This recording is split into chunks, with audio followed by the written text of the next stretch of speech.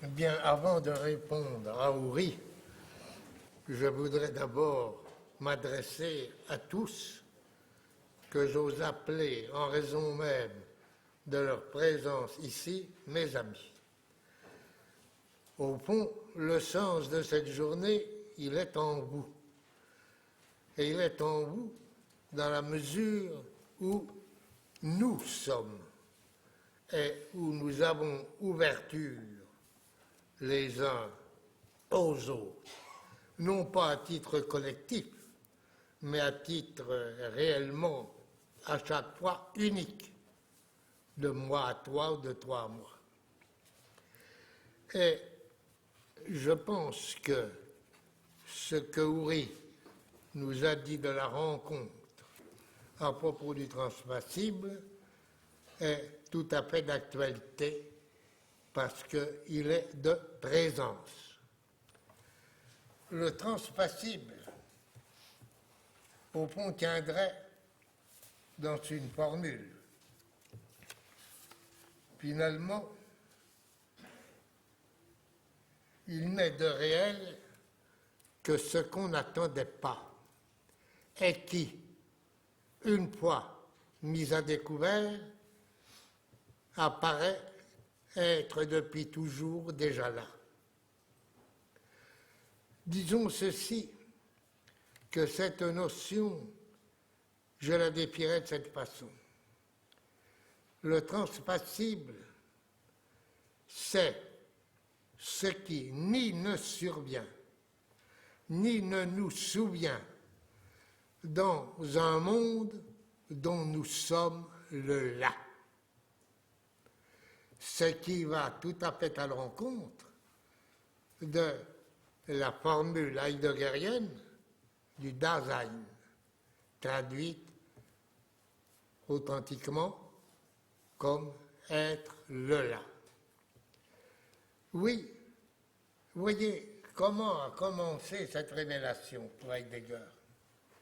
Elle a commencé en 1919, à la fin de la Première Guerre mondiale, quand il s'est aperçu que être au monde, c'est être à un monde qui se mondéise en tant qu'il est histoire. Et l'historialité est devenue la forme universelle de l'existence. Or, voilà la grande question. Le transpassible, cet être consiste à être ouvert à ce qui, justement, ne nous atteint pas dans ce monde historique, à savoir qui, mais nous. Nous n'avons ouverture à nous-mêmes en quelque chose ou quelque situation que ce soit, que dans la mesure même où nous ne savons pas d'avance quel est ce nous, qui n'est surtout pas ce petit quant à soi qui est en train de se poser ce qu'il croit sa propre question et qui s'est déjà établi. Nous ne sommes pas, c'est ça l'existence et c'est ça la présence. Il faut les rendre à leur sens. Précède, je le répète, c'est du latin, veut dire être à l'avant de soi. Être présent, c'est être, disons, dans la proximité de soi-même, dans l'ouverture. Ce n'est pas, c'est la même chose. Être à l'avant de soi, c'est être auprès de soi. Il n'y a pas d'autre auprès que cette ouverture. Et cette ouverture, elle n'est pas dans un ouvert déjà là. Elle répond à ce que Heidegger lui-même appelle le saut surgissant, qui consiste à quoi? À prendre son appel dans un ouvert dont nous sommes nous-mêmes l'ouverture. C'est-à-dire un ouvert qui n'est pas déjà disponible, qui n'est pas là. Et c'est là que, si vous voulez, l'appel précède la possibilité même d'une réponse. Cet appel, mais c'est la définition même du langage, par opposition à la langue. Houry, tout à l'heure, on a fait allusion à propos de Luhmann, effectivement. La langue, c'est tout un système préétabli qui nous permet de donner sens à n'importe quoi, et avoir sens, c'est, disons, figurer dans un système de possibles. Mais en quoi ce système de possibles lui-même a-t-il sens? Sur quoi repose-t-il? Ce système de possibles, voilà la question. Heidegger répond le projet, mais précisément, ceci ne regarde pas cet acte et cette situation première qui tient en un mot, être. Être, que malheureusement on a substantivé en faisant par conséquent, disons, un état de choses. Mais être, ce n'est pas un état de choses, et il n'y a pas d'état d'être. Et c'est justement là que le transpassible a, je dirais, sa signifiance, et non pas sa signification.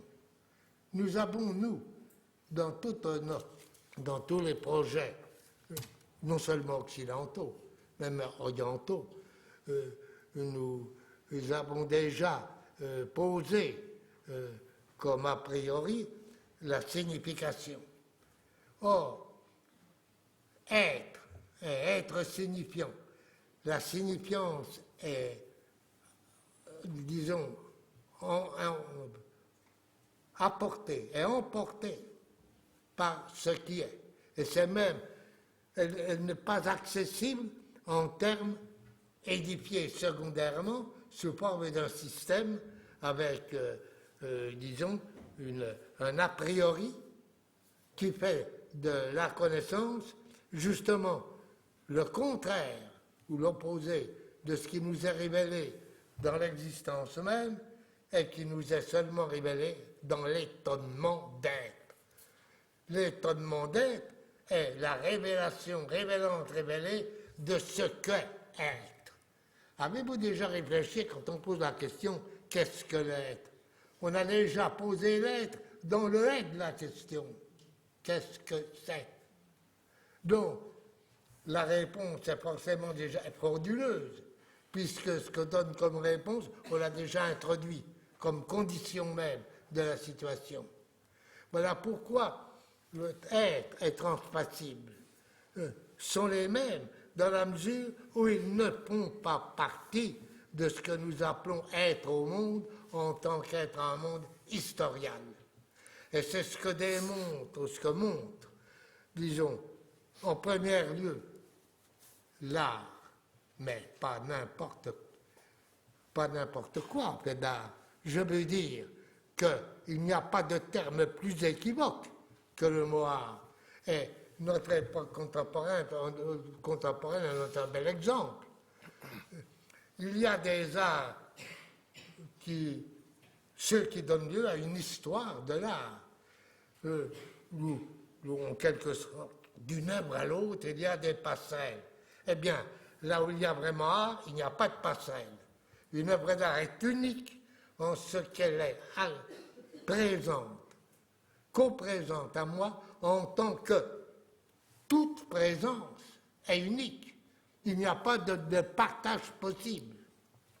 Et quand je dis pas de partage possible, je touche directement au problème même de la pensée et au problème, disons, de ce qu'est penser pour ce qu'on appelle un malade, disons en psychiatrie. Voyez-vous, le mot penser, en somme, quand il a fait son apparition dans la philosophie en Grèce, au 5e, 4e siècle, se réfère à deux racines différentes. La racine mène, qu'on rencontre dans mnémonaï, etc., dans les mots qui signifient se souvenir ou qui signifient désirer. mène, d'où vient mania. Et mania a été le mot fondamental employé dans l'histoire, je dirais, de la folie, jusqu'à Esquirol. La l'hypémanie, la manie, la monomanie, est équivalent au Wahnsinn en allemand. Et vous voyez, la lipémanie, qui est donc... On traduit mania par délire. C'est en contresens. Mais mania, c'est l'effervescence spirituelle. Et ce qui a conduit précisément Schelling à dire que la mania, l'effervescence spirituelle, se contradit par délire, est le moment de la créativité. Et non pas l'entendement, qui ne vient qu'ensuite. Et le moment créateur est donc commun, je dirais, à la manie au sens mésanique et à la manie au sens général, ce qui trouve d'ailleurs uni dans Platon, qui dans le Phèdre distingue les 14 sortes de manie. La manie, qu'il appelle, on pourrait dire, prophétique, veut dire la capacité de voir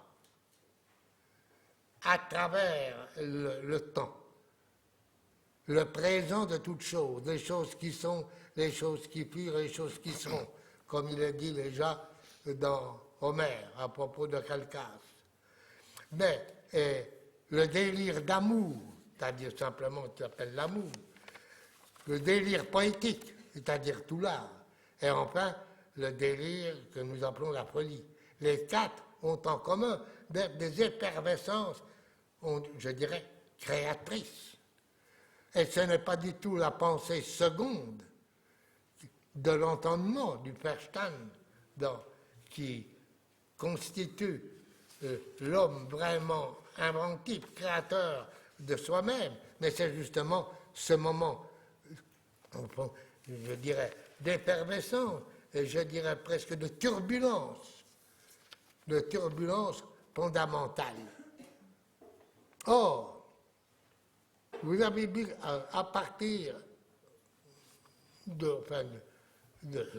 presque du XXe siècle, il y a un mot qui s'est substitué à cette manie dans l'usage central de la psychiatrie, c'est schizen, coupé, fissuré, impliquant par conséquent une ambivalence des choses où l'une renvoie à l'autre sans pouvoir se distinguer.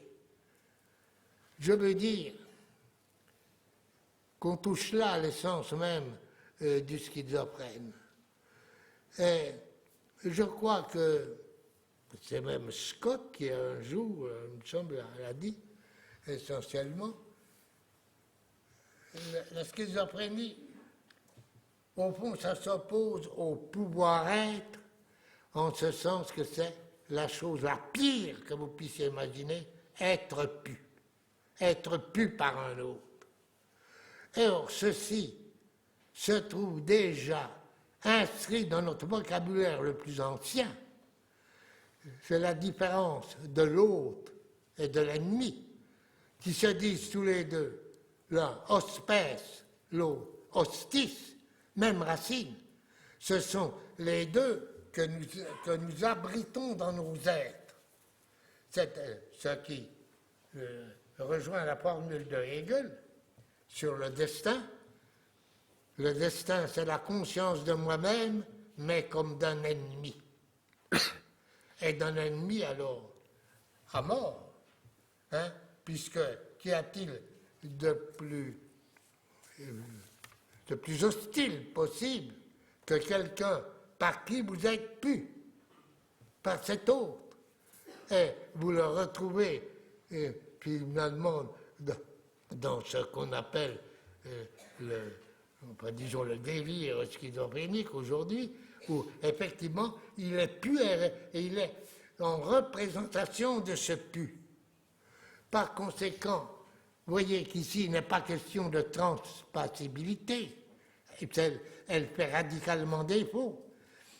L'ambivalence est vraiment ici l'ambivalence totale, qui est le contraire, la négation totale de la transcendance, comme le rappelait tout à l'heure Houry, après la parole de Toscaïev, c'est pas le collapsus de la transcendance. Par conséquent, vous voyez que là, il ne faut donc pas s'étonner que la philosophie soit née, au sens que nous lui donnons, en Grèce, en même temps que la tragédie. Et ce sont le seul lieu où existe la tragédie et où existe proprement ce qu'on appelle la philosophie. Dans les 7 contre Thèbes, qui doit dater de 375, par là, vous voyez la même situation que dans la Bhagavad Gita, dans le chant des bienheureux. 2 armées en face l'une de l'autre, composées de frères, pas de germains, cousins ou autres, et l'un d'eux qui se détache Arjuna et qui refuse de combattre ses frères. Quand Krishna, sous la forme de son conseil, intervient et lui montre qu'il doit combattre, parce que déjà ils sont ce qu'ils sont, ils ont déjà cessé d'être. Et au fond, l'acte premier, c'est celui de rejoindre ce qui n'est pas manifeste. Et c'est rejoindre l'immanifesté, et c'est ça, Arjuna convaincu, alors s'engage dans le combat.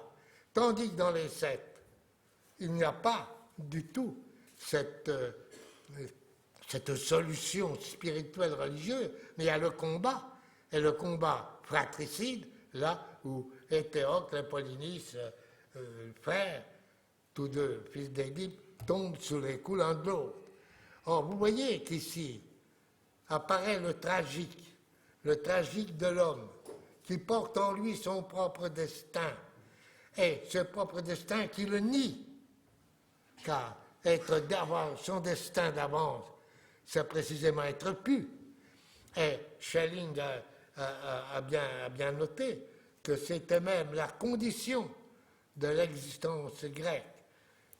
D'après Hölderlin, qui dans la signification des tragédies dit que la nature est dans son état le plus fort, là où elle est dans ses signes le plus faibles, c'est-à-dire dans le héros souffrant dont le signe est égal à 0, puisqu'il est anéanti. Et pourtant, dit-il, ce qu'il a dit, ce qu'il a voulu, aucun destin ne pouvait le dire. C'est-à-dire l'opposition, la négation du destin n'était possible que par celui-même qui va pourtant disparaître. Mais le destin ne le remplace pas. Et précisément, le destin, c'est l'accomplissement même du possible. Tandis que l'existence, c'est pas l'accomplissement tout quoi, c'est pas l'être accompli. Ce qui se marque quelquefois dans les langues, dans la distinction qui est faite dans les Chinois, en chinois, entre ce qui est déjà accompli dans un événement et ce qui est en accomplissement. Ce qui est déjà accompli, c'est le substantif, et qui prend la forme dans une phrase du possesseur de l'événement déjà, de la partie accomplie déjà, et qui à la fin, tandis que le protagonisme, dit-il, mais c'est la plénitude de ce qui n'est pas encore, ce qui est encore avide. Seulement, vous comprenez qu'aboutir à la plénitude, c'est aboutir à la fermeture, c'est aboutir au blocage. Il faut donc qu'il y ait quelque chose qui ne participe pas à cette logique de la langue. Et il y a une chose qui ne participe en aucune langue, c'est le langage. Alors le langage n'est pas la langue, en ce sens que la langue est une cristallisation du langage, mais justement cristalliser, c'est bloquer, c'est, disons, mettre fin à toute ouverture. Or, quelle est la parole originaire? La première. Elle tient dans ces 2 mots. À dire, vouloir dire, sans savoir quoi. La première parole de l'homme, son acte de naissance, d'existence, c'est de rester comme ça. Il a à dire, il veut dire, et il ne peut pas dire quoi, il est dans l'ouverture. C'est là le transmissible. Or, c'est dans toute langue poétique, dans la vraie, elle est rare. Henri, On ne peut pas la chercher dans la poésie, dans l'ensemble de la poésie du XVIe siècle. Henri, excusez-moi de vous interrompre, mais le temps, malheureusement... Comment excusez-moi de vous interrompre, mais on continue, alors... Qu'est-ce qu'il y a? Non, je vous en prie, on continue, alors 5 minutes, mais l'heure tourne, et... voilà, je voulais vous... Comment? L'heure tourne, il paraît. Il dit que l'heure tourne. Ah. Et ça, faut continuer. Et que nous sommes... On continue. En tout cas, voyez, le premier moment de la parole de l'existence, c'est la béance. En grec, c'est le chaos. Avec ce contresens général, notamment fait par les scientifiques, qu'on traduit par désordre. Non, c'est le béance. Et en quoi consiste précisément le moment transformateur? C'est celui de la béance en patence, en ouvert. Le passage du vide clos à l'ouvert. Le vide qui n'est pas l'ouvert, hein, puisqu'il a ses limites. Ça me rappelle ce schizophrène de Kuhn, qui est devenu contremaître dans une entreprise de déménagement, avait son bonheur parfait lorsqu'il se tenait à la porte des chambres et qu'il voyait vider de leurs meubles, quand les 4 murs lui apparaissaient comme clôture du vide. Et de là, il était en extase. Lui qui avait toujours recherché le vide, y compris dans les carrefours où on échange des spots, c'est-à-dire des paroles perdues, parce qu'il s'agissait surtout de ne pas recevoir avant de rendre. Et voyez, c'est un cas d'ailleurs qui est presque plus maniaque. Surtout que le présent n'arrive pas à être là avant lui. C'est là le propre de la manie. Mais vous voyez que ce moment d'ouverture, ce moment de présence du présent est seulement ce qui échappe. Et tant que, puisque vous avez ici aussi bien des philosophes que des psychologues, des psychiatres, c'est bien le moment qu'a évoqué, oui, dans la rencontre avec l'autre. Il ne s'agit pas de le transformer en un système et de le rétablir. Il s'agit de cette chose quasi impossible. Pourquoi? Mais parce que, comme l'a dit Hugo von Mannstal, la réalité est une signifiance insignifiable. Signifiance qu'on ne peut pas transformer en signification à partir d'un système, plus le projet heideggérien. Alors, Merci.